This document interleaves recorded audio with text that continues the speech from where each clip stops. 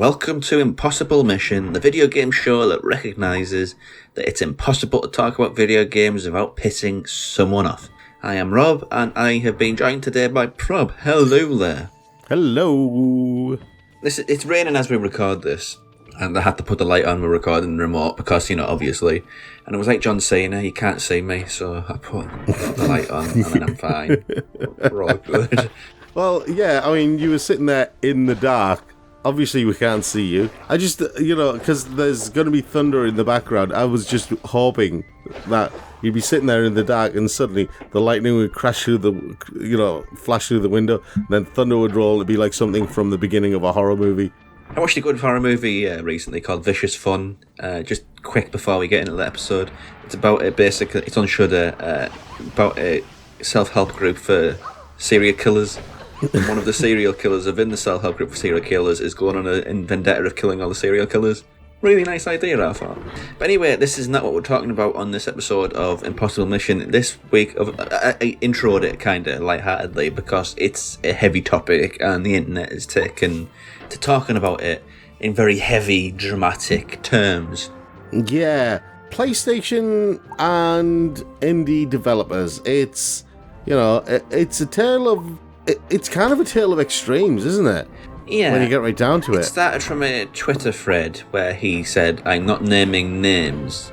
And then he later went on to say, yeah, it's basically PlayStation. And a lot of people basically jumped on the stockpile. PlayStation aren't exactly friendly to indie developers. The one thing came out, it was £25,000 to have a preferential treatment on the placement on the PlayStation Store.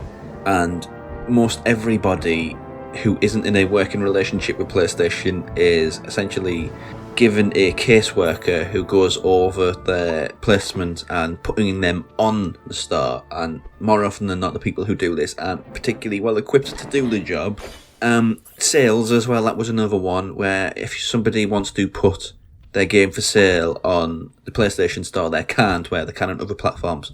I mean, there's a little bit more context to that one. Essentially, PlayStation want to have themed sales and put sales up in periodic fashion along those themes. Nonetheless, many games and indie games developers have been complaining for years, this is not just a recent thing, about not being able to have their game on sale despite their many, many times of asking.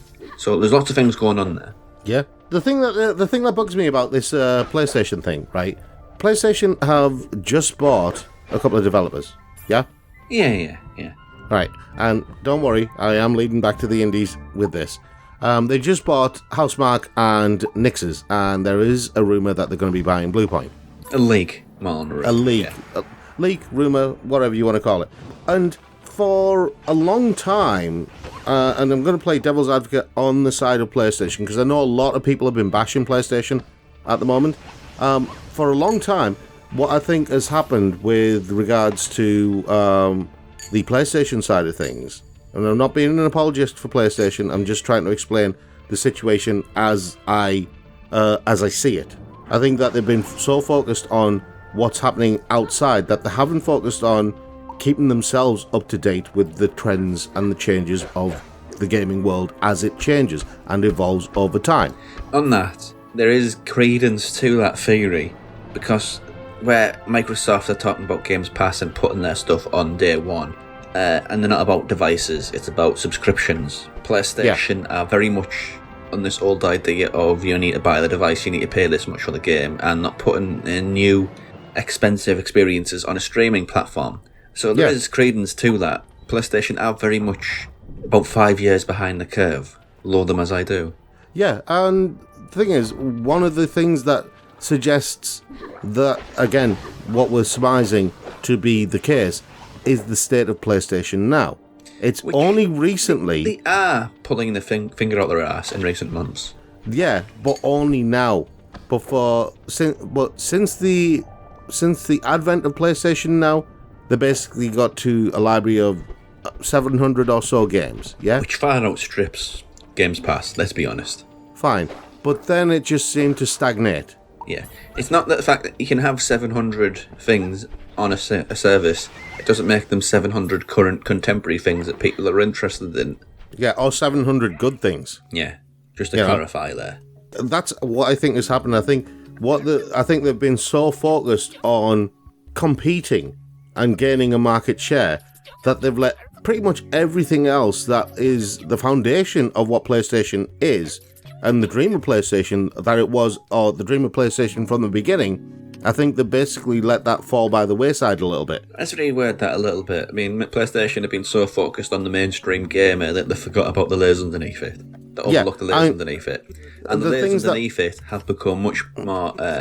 complex, profitable, varied, intriguing, complete industry of marketplaces has emerged under this mainstream place. I mean, it's not happened overnight. It's just, well, in some cases it's happened overnight. In some cases it's exploded into life. But generally, compared to what it used to be and compared to what it is now, you can't really compare apples with spaceships. Rob knows this, but just to clarify a certain point, a perspective that I have in particular, I collect games. Loads of people, loads of regular listeners, loads of regular viewers will know I'm a big games collector, and I have a lot of PlayStation games. And when I say a lot, I mean a lot. And I have a lot of PlayStation 1 games, I have a lot of PlayStation 2 games, and I have a lot of PlayStation 3 games. And I didn't actually realise how many PlayStation 3 games I had until we've just done like a house renovation and I've been clearing out stuff, and I started cataloguing the PlayStation 3 games that I actually own. And it's way more than I actually imagined. And of those that I actually found just for the PlayStation 3, I'm not even going back to the PlayStation 2 and PlayStation 1, just for the PlayStation 3. Of those, the number of titles that I could probably... there's probably a third of the titles that I own, which, if they came out now, would be classed as indie games. They wouldn't even be classed as AA games. They would be classed as indie games. The market has changed so much that what we consider AAA games has changed completely from what it was, even just at the PlayStation 3 era. Well, I think this is an issue besides the point, but AAA is a very recent invention. Yeah, it is a very recent invention. Say and last 6 years, really. Yeah. Let me ask you a question. A Plague Tale, right? Is that an indie game or is that a AA game? It's a AA game, but it's also an indie game. You know? Do you see my point? Yeah. Do you see where the lines are getting confused here? And I think this is one of the problems that you got with policies that were brought in years ago, especially during the PlayStation 3 era, because things have changed so wildly now. Yeah, what used to be classed as indie in the PlayStation 3 era is now AA, and what was then basically a bedroom project is now micro indie, and there's a new one in between that, which is indie. And the micro indie is like one guy, and the indie is basically a small team, 2 to 20. Yeah, and this is the thing. You've brought in policies which may have worked and may have been perfectly fine on during a particular era of gaming, a particular generation of console. But now those rules that you had in place aren't fit for purpose. So maybe with Sony, it's more a matter of making them aware that these rules are no longer fit for purpose, and then they can basically make the change. I mean, Steam, for example, Valve, for example, right? Yeah. Once they were made aware of the outcry from people and from developers about the state of indies on Steam, it took them a while to basically make the changes, but eventually they didn't reduce the changes with these festivals that regularly happen promoting indie games. As bad as PlayStation Store is, I think Steam was even worse, because you go on Steam, once upon a time anyway, you go on Steam and the top page, AAA games you can get on any other platform, or nothing really. Yeah. And you go into the indie games and you look for things, and I don't know, the latest hot project you might see. But everything else is buried under fathoms upon leagues and leagues of shovelware and crap nonsense DLC and characters you can buy for certain games. It was impossible. Yeah, now it's become a lot easier to find games that actually look interesting, or that might actually have a shot at making it big. And also another problem with Steam, while we're talking about Steam, is the refund policy. This has really hurt some indie games. There's this new type of indie game coming up, which is under 2 hours. Yeah. There's a great deal of them. They're not really games, they're experiences, the stories, the narratives. You know, you can find all sorts of examples of them, and usually good to play. And for a while, it might still be true, I don't know, is if you play a game for under 2 hours, you could get a refund, no questions asked. So people were playing these experiences under 2 hours, completing them, enjoying them, getting a refund, which was crippling these companies which could only do these 90-minute games. Yeah. So let's not pretend. The internet has a habit of saying, oh, one thing that's happened is the worst thing that's ever happened. They are the devil. They are Bobby Kotick incarnate. But let's be perfectly honest. All these companies have bad things. To pretend that Sony, because they're the current one, are the worst, is naive and stupid internet. Let's be honest. If we dig into Nintendo's, it's probably the same. There's probably a lot of problems there.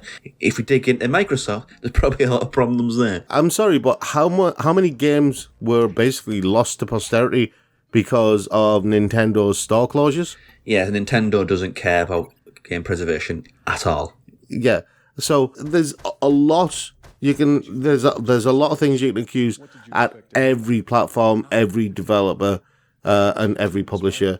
You know, you can launch all sorts at them. But by the same token, right, I think gamers themselves have a responsibility. And this is probably not going to sound good for gamers, and they're probably going to want to lynch me for this. But I'm going to say it anyway.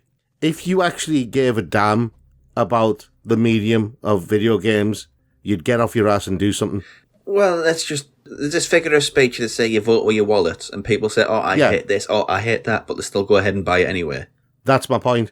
They don't. Nobody wants to boycott a particular thing because, it hurts their enjoyment. And having that kind of double standards, having that kind of, you might go onto Twitter and call and say, oh, you're such a bad company, blah, blah, blah, blah, blah. But as soon as they release a game, you're there buying it. Yeah. So before you criticize that company for the bad things it does, take a look what you do. Oh, blimey, there was some lightning there. That was really dramatic, what Rob just said. I know. It was lightning. Very, very apt. End of the day, this is all just sort of open discussion. What I think really needs to be done, and has needed for a while, I want to broaden this up into sort of storefronts on the consoles. Yeah. I think this has been the issue with the PlayStation 3, the PlayStation 4, the PlayStation 5, Xbox One, Xbox Series X, Nintendo Switch, Wii U, Wii. The storefronts are a monopoly. Yeah. And in any other medium, competition drives innovation. Yes. Whereas in consoles, there is no competition. This is what was going on at the story quite recently, how there was an antitrust issue concerning PlayStation store games being too expensive. Yeah. It's because there's no competition. Yeah. And the problem, right, I really feel for some indie developers because they are locked into a contract with Sony and they can only sell their game on PlayStation Network. You see, right? This is the idea that I had based on that. I think every platform should have an indie game store, where in the consoles especially, where you can go to the main store and you can get, I don't know, Spider-Man Miles Morales, but you won't find Hollow Knight. Yeah. And there's other store where you'll find your Hollow Knight, you'll find your Loop Hero, whatever game you want to talk about, but you won't find your Miles Morales. And there needs to be that distinction, because the market for video games is basically AAA, notch, everything else. Yeah. So the storefronts should reflect that, I think. It's something that I thought for a while. I do think you have a point. I'm just going to come in from the historical left field a little bit, because that was one of the things that they did hope that Steam was going to accomplish on the PC. Oh, they bottled that. Yeah, of course they bottled that. I mean, that got bottled really badly. The thing is, right, Sony do not want an independent store on PlayStation. No, I'm not saying independent. It can still be owned by Sony. It's just the only thing you can get in there is indie games. I'll be honest. I would have an independent store. I would have an independent store that is allowed. Right. The reason I'm saying this is because it kind of goes back to Apple versus Epic, which is the other big lawsuit that everyone knows about. Right. Yeah. Not even going to get into the nitty gritty of that. and I don't care who won, who lost. I don't really give a crap. What I think, though, and it's something that we've said before, it has to come down to legislation, and I think that what we need is an independent indie games store that is separate completely from the console manufacturers, all of them, and from Valve and Steam and from GOG and Epic and the rest.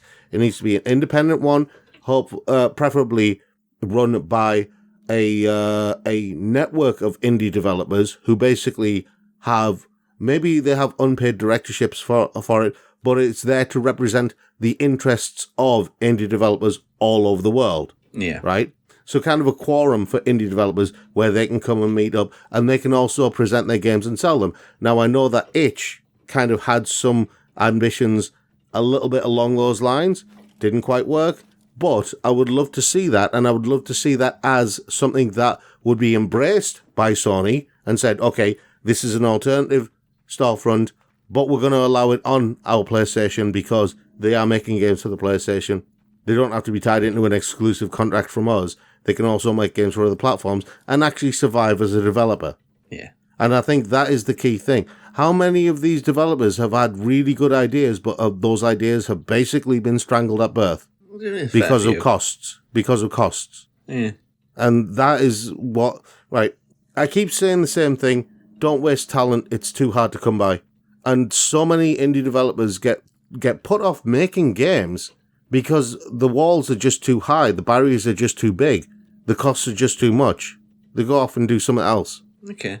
You know, and I think that what console manufacturers and what store holders now need to do is take a step back and really examine their storefronts and think, are we doing the best we can? Are we being as diverse as we can?